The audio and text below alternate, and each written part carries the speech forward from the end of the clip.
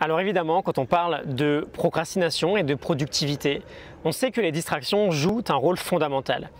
Et ça nous arrive tous aujourd'hui, je pense en tout cas, de se dire que on va juste succomber pendant quelques instants. Et puis, une heure plus tard, on est complètement perdu dans la masse sur Internet. On regarde une 6e vidéo sur YouTube, on est comme aspiré par un énorme trou noir. On ne sait même plus par quoi on avait été distrait à la base. Et il y a une phrase qu'on se dit souvent et qui est à l'origine de tout ça.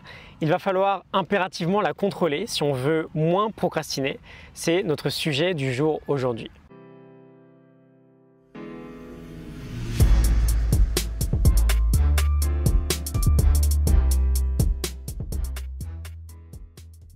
Je ne sais pas si tu es au courant, mais l'être humain a une faculté assez extraordinaire à se trouver des excuses.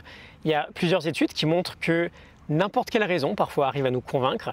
Il y en a une qui me vient en tête en particulier, je vais essayer de te la partager très rapidement. Elle a été réalisée il y a plus de 30 ans par Ellen Langer et grosso modo, elle a demandé à des étudiants d'aller faire des photocopies en essayant de passer devant le voisin dans la file d'attente pour gagner du temps.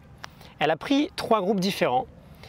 Et au premier, elle a demandé de dire « Excusez-moi, est-ce que je peux passer devant vous? Je dois utiliser la photocopieuse. » Et 60% des gens ont accepté, ça paraît déjà pas mal. Au deuxième groupe, elle a demandé de dire « Excusez-moi, est-ce que je peux passer devant vous parce que je suis pressé ?»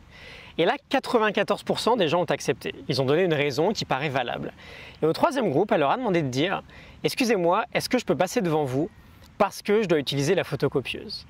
Quasiment comme le premier groupe, sauf qu'il y a un simple « parce que » en plus, il n'y a aucune raison valable derrière, parce que tout le monde est là pour utiliser la photocopieuse, et pourtant 93% des gens ont accepté. Et il se passe quasiment la même chose pour nous, ça peut paraître assez fou, mais notre cerveau n'a pas beaucoup de mal à se convaincre d'un simple « parce que », même si l'excuse paraît complètement bidon. Et donc cette fameuse phrase, l'une des plus dangereuses pour notre productivité, qu'on se dit souvent et qui nous sert d'excuse quand on veut se laisser distraire, c'est une phrase du type « ça va juste me prendre 1 minute, j'en ai juste pour 1 minute. Je regarde juste cette petite vidéo pendant 1 minute et je retourne à mon boulot. » Et quand on se dit ça, le cerveau est très content parce qu'il a trouvé sa petite excuse, donc il nous laisse faire et il tombe dans le piège parce qu'évidemment ça prend jamais juste 1 minute.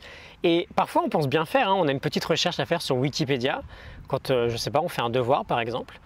Et on va se dire j'en ai juste pour quelques secondes et 1 heure plus tard on est complètement perdu sur Internet. Je suis quasiment sûr que ça t'arrive, ça m'arrive évidemment, et si malgré le fait que maintenant on est au courant de ça, on n'arrive pas à réunir suffisamment de volonté ou d'autodiscipline pour ne pas se laisser avoir par ce phénomène, eh ben on coupe toutes les distractions d'entrée de jeu pour être certain de ne pas tomber dans le panneau la prochaine fois.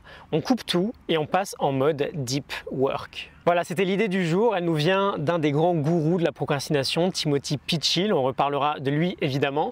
Je te laisse la morning note de son livre Solving the Procrastination Puzzle en description. Je te retrouve demain pour un nouvel épisode. Je te dis à demain. Salut.